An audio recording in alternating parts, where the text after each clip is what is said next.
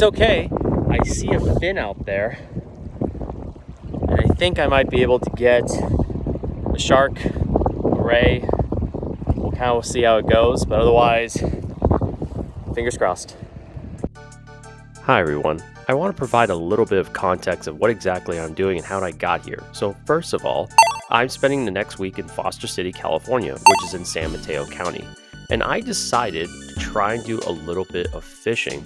But more importantly, I wanted to find out whether I can actually catch anything without a guide.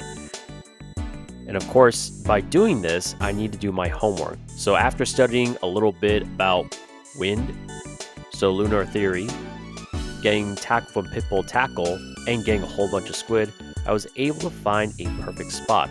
However, I wanted to fish here for multiple days. So without further ado, let's conduct day 1. Oh no! As a quick pro tip, you should always make sure your little rod holder is firmly secured to the ground, because usually rays or sharks, if they get a good run with it, they could actually take your whole fishing pole out into the ocean, which luckily that didn't happen. It was during at this point, I was obviously hooked up to something, and I was pretty confident that it was a ray. Usually rays and sharks, while they'll take the bite and just run with it, rays usually just go. They just fly off, while sharks do a lot more what we call head shakes. Now for me, what I did with my setup was I basically let my reel be quite loose. So basically there's no resistance when the ray or shark were to pick up the bait. That way when they're running off with it, when you tighten the drag or the reel, you'll be able to hook onto it a little bit easier.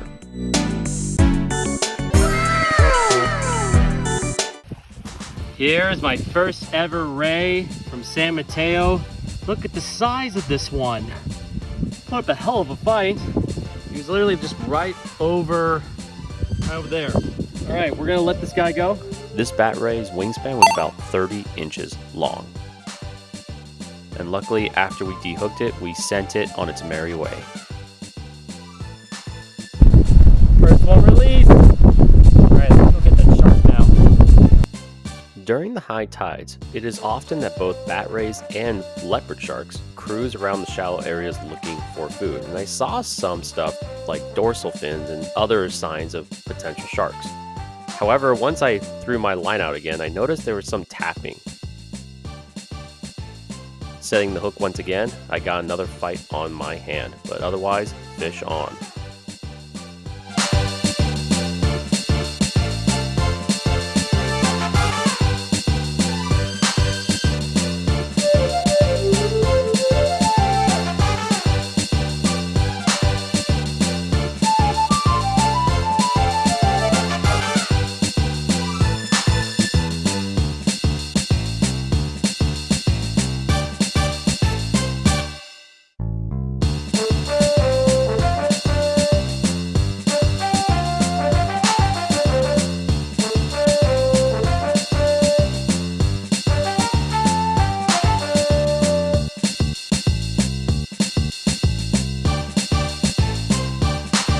After a good fight, I reeled in another bat ray, which was smaller than the last one that I just caught. However, it had way more energy and was probably more cranky.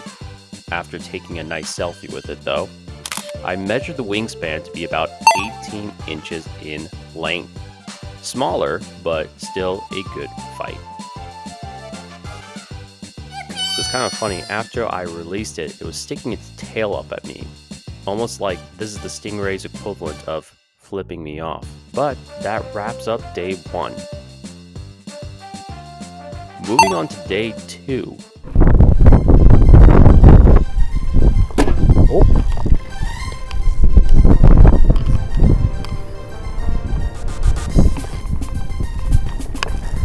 We got something. Okay. Oh. It's another ray. Ooh. Nope, don't go over there. Ooh, this one's definitely got some spunk to it. That is a good looking ray. Size for context, but let's just, now I have this thing. All right. The first day I was fishing at this little spot, I did forget my tape measurement, and like most fishermen, we had to use guesstimations as far as how long the fish was. However, with confidence, I could say that this fish was about 34 inches long. However, unfortunately, the bite died down that day. Moving on to day 3, it was actually kind of interesting. I was fishing for a good hour with no bites. However, I noticed some splashing about 100 feet to the left of me. I casted my line out, and literally within 5 minutes, this happened.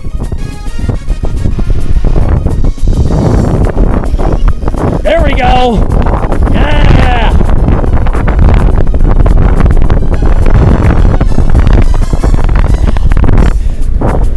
Come to daddy.